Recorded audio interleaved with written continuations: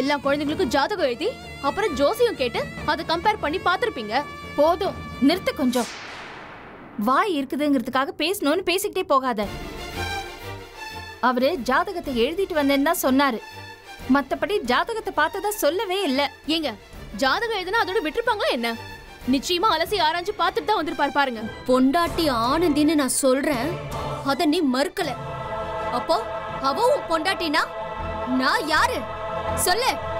நீதான் என் மனைவி. இல்ல இல்ல, நான் உனக்கு மனைவி இல்ல. அதானே அதானே சொல்லு. சொல்ல மாட்ட நீ? சொல்ல மாட்ட? இப்ப வியாபாரம் முன்ன மாதிரி இல்ல தம்பி.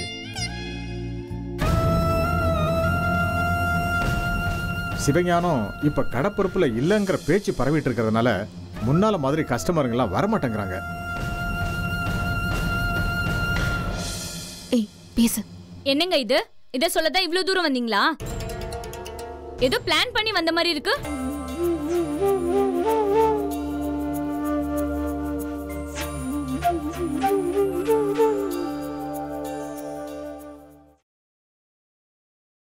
வெளியில இருந்துக்கிறேன். நீ ஏதாவது ஒரு நல்லது கெட்டதுன்னா ஒன்னா சேர்ந்து செய்யலாம். நாங்க தனியா போயிடுறோம். நீ சண்முகம், அப்படி என்னதான் பிரச்சனையா இருந்தாலும் நீ வீட்டை விட்டு போறேன்னு முடிவெடுக்கிறது சரியில்லை.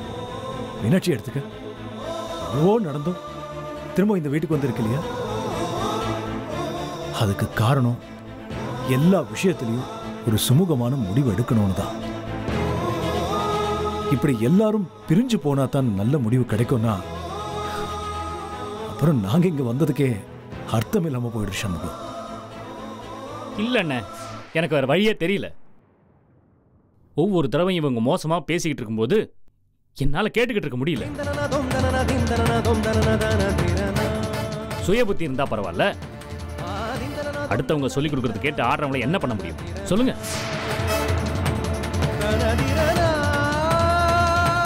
இதுக்கெல்லாம் பட்டாதானே புரியும். தனியா இருந்து பார்க்கட்டும், அப்பதான் கூட்டு குடும்பத்தோட அருமை தெரியும். அப்பதான் அவளுக்கு புத்தி வரும். தப்பு பண்ணிட்டோமேன்னு. சின்ன வயசுல இருந்து அத்தை மாமா கிட்ட கஷ்டப்பட்டவ, அதனால நல்லா பாத்துக்கணும், நல்லது பண்ணும் பாருங்க. அதுக்குதான் அவ புத்தியை காட்டுறா. இவளுக்கு கிறுக்கு பிடிச்சிருக்குண்ணே. சரி பண்ணணும்னா தனியா போனாதான் ஆகும். சண்முகம் அண்ணே, இரு. இந்த வீட்டுல நாம மட்டும் இல்லண்ணே, குழந்தைங்களும் இருக்காங்க. நம்மளை பார்த்துதான் அதுங்க வளருது. ஒரு தடவையும் நாம அடிச்சுக்கிறதையும் புடிச்சுக்கிறதையும் பார்த்துட்டு வளர்ந்ததுன்னா அதுங்க எப்படி நல்லா வளரும். அப்புறம் அதுங்க வாழ்க்கை எப்படி ஆரோக்கியமா அமையும். இந்த பாருங்க, என்னால தனியாலாம் வர முடியாது. ஏன் கிட்ட ஒரு வார்த்தை கூட கேட்காம நீங்களே எப்படி முடிவெடுக்கலாம்? ஏய், உன்கிட்ட சொல்லணும்னு எனக்கு அவசியம் இல்ல. என் பேச்சை கேட்டு வரதா இருந்தா வா, இல்ல உனக்கு என்ன முடிவு எடுக்கணும்னு தோணுதோ அதை எடுத்துக்கோ. இப்படி சொன்னா பயந்துருவன் மிரட்டி பாக்குறீங்களா? நான் எதுக்கு வரணும்? எல்லாம் முடிவானதுக்கு அப்புறம் எல்லாரும் தனியா தானே போறோம். அப்ப போலாம் நாமளும். அதை விட்டுட்டு நான் எதுக்கு இப்ப போனோம்? ஏய், தனியா இருந்து பாருடி. அப்பதான் உனக்கெல்லாம் குடும்பம்னா என்ன, அதோட அர்த்தம் என்னன்னு புரியும். இங்க இருந்துகிட்டு கண்டவங்க பேச்செல்லாம் கேட்டு ஆடிட்டு இருக்கல, வெளியில வந்து பாரு, வாழ்க்கைன்னா என்னன்னு புரியும். ஏங்க, கண்டவங்க எதுக்கு என்ன குத்தி காட்டி பேசுறீங்க? இதெல்லாம் கொஞ்சம் கூட நல்லா இல்ல சொல்லிட்டேன். நான் சொல்லிதான் வளர்மதி இது மாதிரிலாம் செய்யறாளா? மா போதும், நிறுத்துமா. இவ இந்த வீட்டுக்கு வரும்போது எப்படி இருந்தா, அன்னிக்கிட்ட எப்படி பாந்தமா அனுசரணையா இருந்தான்னு எல்லாருக்கும் தெரியும். அதே வளர்மதி இன்னைக்கு எப்படி நடந்துக்கிறா, அதுக்கு காரணம் என்னன்னு எல்லாருக்கும் தெரியும். எடுப்பார் கைப்பிள்ளையா இருக்கா, அவளை எப்படி நடத்தினா சரியா வரும்னு எனக்கு தான் தெரியும். இங்க பாரு, இன்னும் 1 வாரம் 10 நாள் தான் வீடு பார்க்க சொல்லியிருக்கேன். கிடைச்ச உடனே நம்ம கிளம்பி போயிட்டே இருக்கோம். ஏதாவது ஆட்டம் காட்டணும்னு நினைச்ச அப்புறம் நான் மனுஷனாவே இருக்கேன்.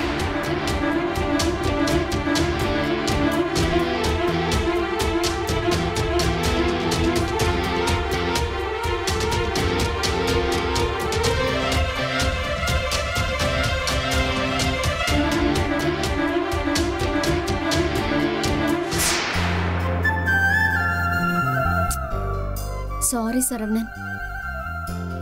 என் டாடியும் மம்மியும் உங்களை ரொம்ப திட்டாங்களா? பரவாயில்ல. அது எப்படி? எனக்கு ஒரு மேருக்கு நான் திட்டலாம், அவங்க எப்படி உங்களை திட்ட முடியும்? அவங்க எனக்கும் அப்பா அம்மா மாதிரி தானே, அவங்களுக்கு உரிமை இருக்கு. நோ, அப்படியே இருந்தா கூட உங்களை அவங்க எதுவும் பேசக்கூடாது. நான் உங்ககிட்ட சண்டை போட்டதுக்கு அப்புறம் யோசிச்சு பார்த்தேன், அவ செஞ்ச தப்புக்கு பாவம் நீங்க என்ன பண்ணுவீங்க? மத்தவங்கள பத்தி நம்ம கவலையே படக்கூடாது. Thanks Natasha.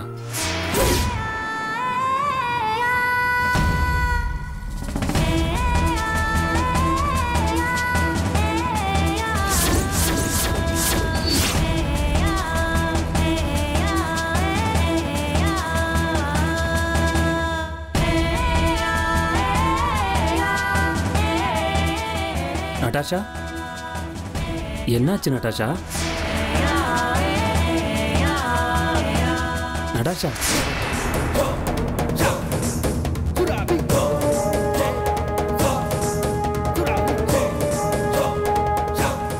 நான் பார்க்க எப்படி இருக்கேன்? நல்லாதான் இருக்க. நான் அதை கேட்கல, என் முகத்துல என்ன கேரக்டர் தெரியுதுன்னு கேட்கிறேன். எனக்கு புரியல நட்டாஷா. என் முகத்துல என்ன கேரக்டர் தெரியுதுன்னு கேக்குறேன். சொல்லு, என்ன கேரக்டர் தெரியுது? சொல்லு. எனக்கு எதுவும் புரியல நட்டாஷா. உனக்கு எதுவுமே புரியாது. சொல்லு. உன் பொண்டாட்டி ஆனந்தி சொன்னாலே அந்த மாதிரி தெரியுதா? உன் பொண்டாட்டி ஆனந்தின்னு நான் சொல்றேன், அத நீ மறுக்கல. அப்போ அவ உன் பொண்டாட்டினா நான் யாரு? சொல்லு. நீதான் என் மனைவி. இல்ல இல்ல, நான் உனக்கு மனைவி இல்ல. கீப். அதானே அதானே, சொல்லு. சொல்ல மாட்ட நீ? சொல்ல மாட்ட?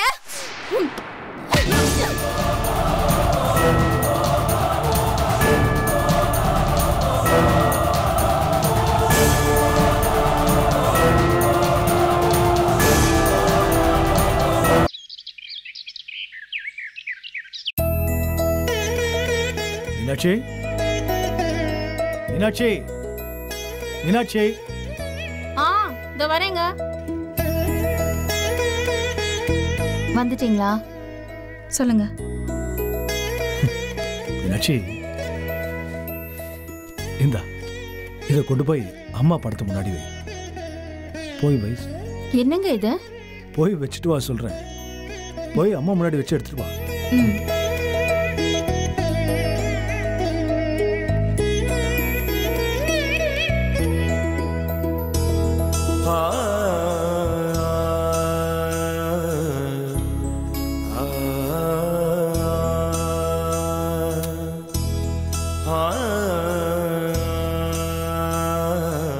இந்தாங்க. இப்போ எல்லாரையும் குழந்தைங்களை கூட்டிட்டு வர சொல்லு. என்னங்க ரொம்ப சஸ்பென்ஸ் வைக்கிறீங்க? சொல்லுங்க. சஸ்பென்ஸ்லாம் ஒண்ணும் இல்ல, சொல்றேன். அவங்க எல்லாம் வர சொல்லு. வைஜெயந்தி,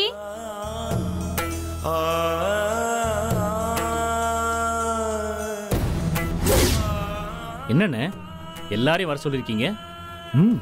சொல்றேன்.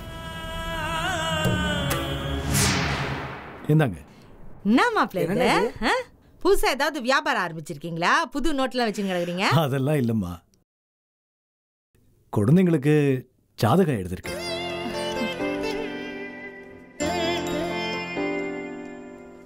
யார் குழந்தைங்களுக்கு? என்னம்மா கேள்வி? நம்ம வீட்டு குழந்தைங்களுக்கு தான்மா. உன் குழந்தைக்கு, ஆனந்தி குழந்தைக்கு, சண்முகம் குழந்தைக்கு 3 பேருக்கும் ஜாதகம் எழுதிருக்கேம்மா. இது எங்க வீட்டு தானே ஜாதகம் எழுதணும். ஐயா, இது எந்த ஊர் வழக்கம்? குழந்தைங்களுக்கு ஜாதகம் எழுதணும்னா அப்பா வீட்டுல தான் எழுதுவாங்க. இன்னும் புது கதை அளந்துன்னு கிடக்குற. ஏங்க, பிள்ளைங்களோட பெத்தவங்களும் உயிரோட தானே இருக்கோம். எங்களை ஒரு வார்த்தை கூட கேட்கல. உங்க இஷ்டத்துக்கு போய் ஜாதகம் எழுதிட்டு வந்திருக்கீங்க. என்ன நினைச்சிட்டு இருக்கீங்க உங்க மனசுல? ஐயோ பாருமா, ஏன் புரிஞ்சுக்காம பேசுற? அடுத்த தலைமுறையும் நல்லா இருக்கணும். அவங்களுக்கு எல்லாம் நல்லது நடக்கணும்னு நினைச்சுதான் நான் போய் எழுதிட்டு வந்திருக்கேன். இதாம்மா முறை.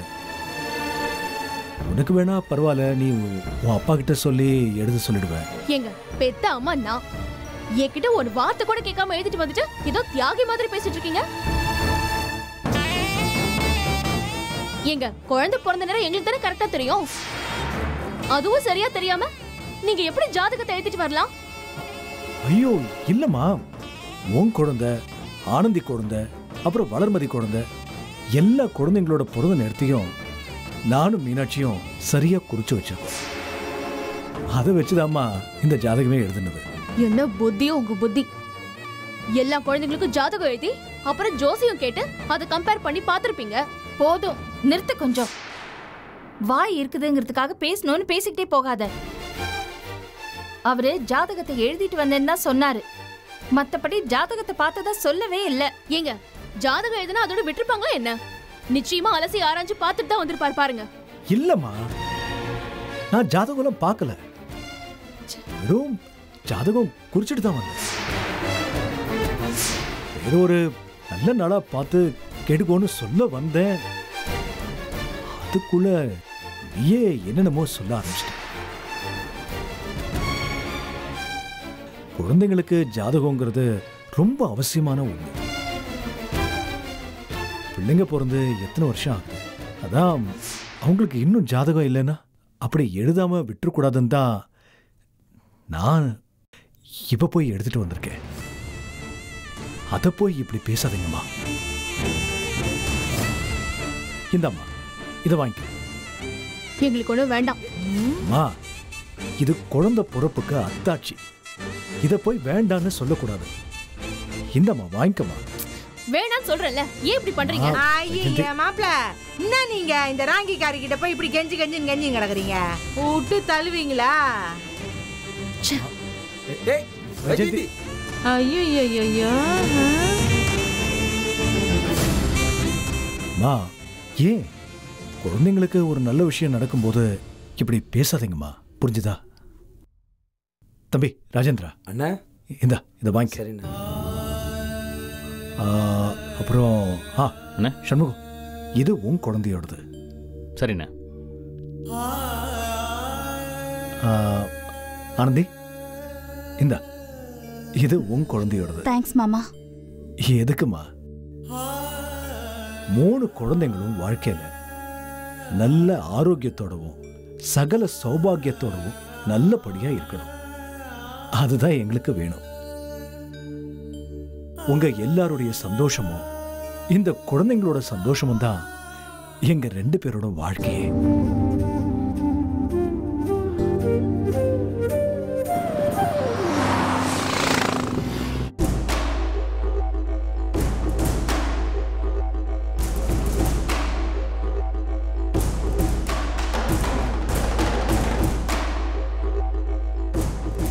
நான் உங்ககிட்ட கொஞ்சம் பேசணும்.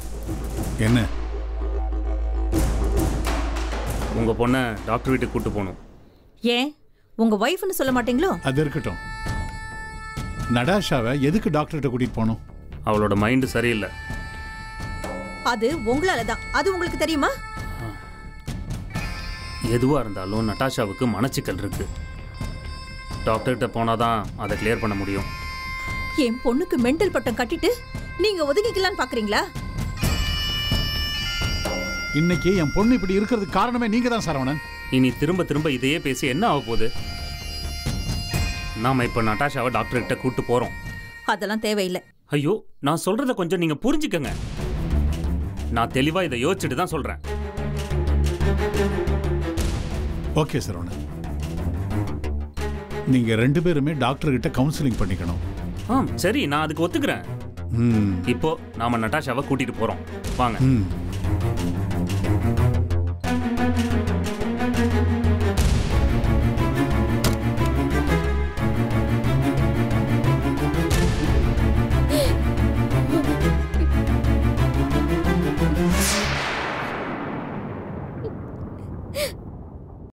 நடாஷா, நட்டாஷா,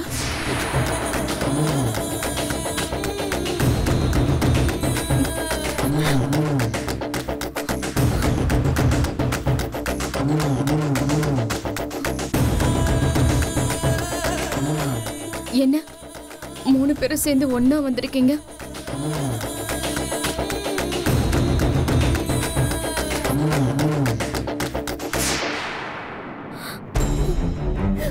ஐயோ Saravanan, sorry, I am very very sorry. நான் உங்களை அடிச்சிட்டேன்ல, ரொம்ப வலிக்குதா? ஐயோ பரவாயில்ல நட்டாஷா, நாம வா டாக்டர்கிட்ட போயிட்டு வரலாம். டாக்டர் கிட்டயா? ஏன்? நாம 2 பேரும் போய் டாக்டர்கிட்ட கவுன்சிலிங் எடுத்துட்டு வரலாம். நான் என்ன மென்டலா? நான் எதுக்கு வரணும்? நீங்க தான் எடுத்துக்கணும். நானும் எடுத்துக்கிறேன். அப்படியே உனக்கும். நீங்க தான் பிரச்சனையே. எல்லா பிரச்சனையும் உங்ககிட்ட தான் இருக்கு. என்னைய கூப்பிடுறீங்க? நடாஷா, நான் எந்த டாக்டர் கிட்டயும் வரல. முதல்ல வெளிய போங்க. Natasha please get out. Natasha சொல்றது கேளு பேசாதீங்க. நட்டாஷா. நான் எந்த டாக்டர் கிட்டயும் வரல. நட்டாஷா போங்க. சொல்றது கேளுமா? நட்டாஷா போங்க. நட்டாஷா சொல்றது கொஞ்சம் கேளு நட்டாஷா.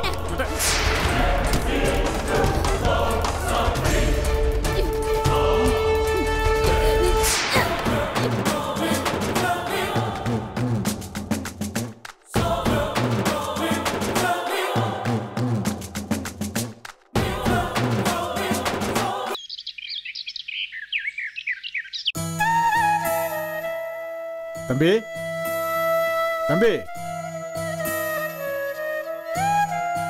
வாங்க வாங்க. வணக்கம். வணக்கம். நல்லா இருக்கீங்களா? உட்காருங்க. தம்பி இருக்காரம்மா? இருக்காரு, உட்காருங்க. சரிம்மா. காஃபி ஏதாவது சாப்பிடுறீங்களா? இல்லம்மா, குடிச்சிட்டு தான் வந்தேன். சரி, இருங்க கூப்பிடுறேன்.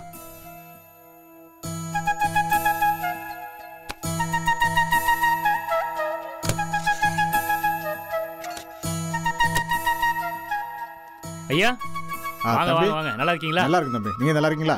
வாங்க அண்ணா, நல்லா இருக்கீங்களா? நல்லா இருக்கேன். நீங்க நல்லா இருக்கீங்களா? நல்லா இருக்கேன். வணக்கம் தம்பி. வாங்க வாங்க. ஃபோன் கூட பண்ணாம திடீர்னு வந்திருக்கீங்க. உட்காருங்க உட்காருங்க. ஒண்ணும் இல்ல தம்பி, உங்களை பார்த்து பேசிட்டு போலான்னு வந்திருக்கேன். அப்படியா? இப்படி உங்களை எல்லாம் பார்க்கும்போது ரொம்ப சந்தோஷமா இருக்கு. சந்தோஷங்க. அண்ணன் தம்பிங்க எல்லாருமே சிரிச்ச முகமா இருக்கீங்க. இப்படியே இருக்கணும்னு தான் நான் கடவுள்கிட்ட வேண்டிக்கிறேன். நடுவுல பாவம் ரொம்ப சோதனை எல்லாம் அனுபவிச்சிருக்கீங்க. அதெல்லாம் எல்லா குடும்பத்திலையும் நடக்கிறது தானே. எல்லாம் தானா சரியாயிடும். அப்புறம் தம்பி, ஒரு முக்கியமான விஷயம் சொல்லுங்க ஐயா. 2 மாசமா கணக்கை எல்லாம் சண்முகம் தம்பி தான் பார்த்துட்டு இருக்காரு. நீங்களும் பார்த்துருப்பீங்கல்ல. இப்ப வியாபாரம் முன்ன மாதிரி இல்லை தம்பி.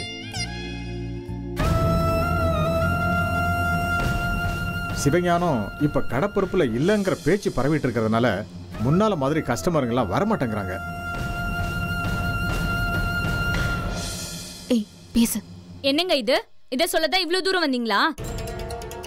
ஏதோ பிளான் பண்ணி வந்த மாதிரி இருக்கு. நான் ஏமா அதையெல்லாம் செய்ய போறேன்? நான் இவங்க அப்பா காலத்துல இருந்து கடையில் இருக்கேன். இவங்க அப்பா சம்பாதிச்ச பேரை விட சிவஞானம் தம்பி பல மடங்கு கடைக்கு பேர் வாங்கி கொடுத்துருக்காரு. இன்னைக்கும் வட இந்தியாவில் இருந்து எத்தனை கஸ்டமருக்கு அங்கே வராங்க தெரியுமா? அப்படி பேர் சம்பாதிச்சிருக்காரு. இப்போ பொதுவா வியாபாரம் டல்லா தானே இருக்கு. அதுக்கு காரணம் நம்ம கைராசி கடை பழைய மாதிரி இல்லை. சிவஞானம் இல்லாதனால குவாலிட்டி பெருசா இருக்காது அப்படின்னு சொல்லியிருப்பாங்க போல. அவங்க சொன்னாங்களா இல்ல நீங்க சொல்றீங்களா? கொஞ்சம் பேசாம இருக்கியா? ஆமா, என்னைய வாய எடுக்குங்க. உங்களுக்கு நான் தானே கிடைச்சேன். வளர்மதி. தம்பி, நான் உங்க உப்பு தின்னவன். இத்தனை வருஷமா உங்க கூடவே இருக்கிறேன். இது வரைக்கும் நான் ஒரு வார்த்தை கூட நம்ம கடையை பத்தி நான் குறை சொல்லியிருப்பேனா? நமக்கு வியாபாரம் பாதிக்குதுங்கிறதுனால தான் இப்ப நான் இதை உங்ககிட்ட சொல்றேன். என்ன தம்பி பண்ணலாம்? நான் சொல்றேன்னு தப்பா எடுத்துக்காதீங்க தம்பி. கடை பொறுப்பை பழைய மாதிரி நீங்களே எடுத்துக்கிட்டு கடைக்கு வந்தீங்கன்னா ரொம்ப நல்லா இருக்கும் தம்பி. என்னங்க நீங்க என் புருஷனை அவமானப்படுத்துற மாதிரியே பேசுறீங்க. மா வளர்மதி, கொஞ்சம் இருமா. இங்க பாருங்க, கைராசிங்கிற பேனருக்கு தான் இத்தனை வருஷமா பேரே தவிர தனிப்பட்ட முறையில் யார் நிர்வாகம் பண்ணாலும் நல்லபடியாக தான் நடக்கும். அண்ணே, சுப்பிரமணிய ஐயா சொல்கிறது தான் சரி. நீங்கள் நிர்வாகம் பண்ணாதான் எல்லாமே சரியாக வரும். நான் முன்னாடி வேலை செஞ்சுட்டு இருந்தது வேற. ஆனால் இப்போது எல்லா பொறுப்பையும் பார்க்குறதுக்கு உண்மையாகவே கஷ்டமாக தான் இருக்குது. எதுவுமே சரியாக புரியலண்ணே. டூப்ளிகேட் பட்டுக்கும் உண்மையான பட்டுக்கும் வித்தியாசம் கண்டுபிடிக்காத நிலமையில ரொம்ப தவிச்சிட்டு இருக்கேன். பழைய மாதிரி நீங்கள் வந்து பொறுப்பேற்றுக்கிட்டீங்கன்னா கடை நல்லா இருக்கும்ண்ணே. இல்லப்பா, நீ புதுசுங்கிறதுனால இப்ப கஷ்டமா இருக்கும். போக போக எல்லாம் பழகிடும். அதனால நிஜமா வியாபாரம் நல்லபடியா நடக்கும். நீ நிர்வாகம் பாத்துக்கிறதாம்பா சரி. நல்லா வேஷம் போடுறீங்க. ஏய் சே வாய் மூடு. நான் யார் வேஷம் போடுறாங்க? நீயா இல்ல இவங்களா? இவர் என்னமோ யதார்த்தத்தை சொல்றாரு. கடையில இந்த மாதிரி ஒரு நிர்வாகம் பண்றதுக்கு ஆள் சரியா அமைஞ்சா நல்லா இருக்குமேன்னு சொல்றாரு. அது சரிதானே? நான் ஒன்னும் உங்ககிட்ட பேசல. நானும் ஒன்னும் உங்ககிட்ட பேசலடி. ஆனா செம்ம மூளைங்க உங்களுக்கு. அதுக்கு தானே கடையை சண்முகம் பேருக்கு எழுதி கொடுத்துருக்கீங்க. இதுக்கு கடை எனக்கே விடன்னு கேட்டு எடுத்துக்கலாமே. ஏன் தான் இந்த கீழ்த்தரமான புத்தியோ? ச்சே.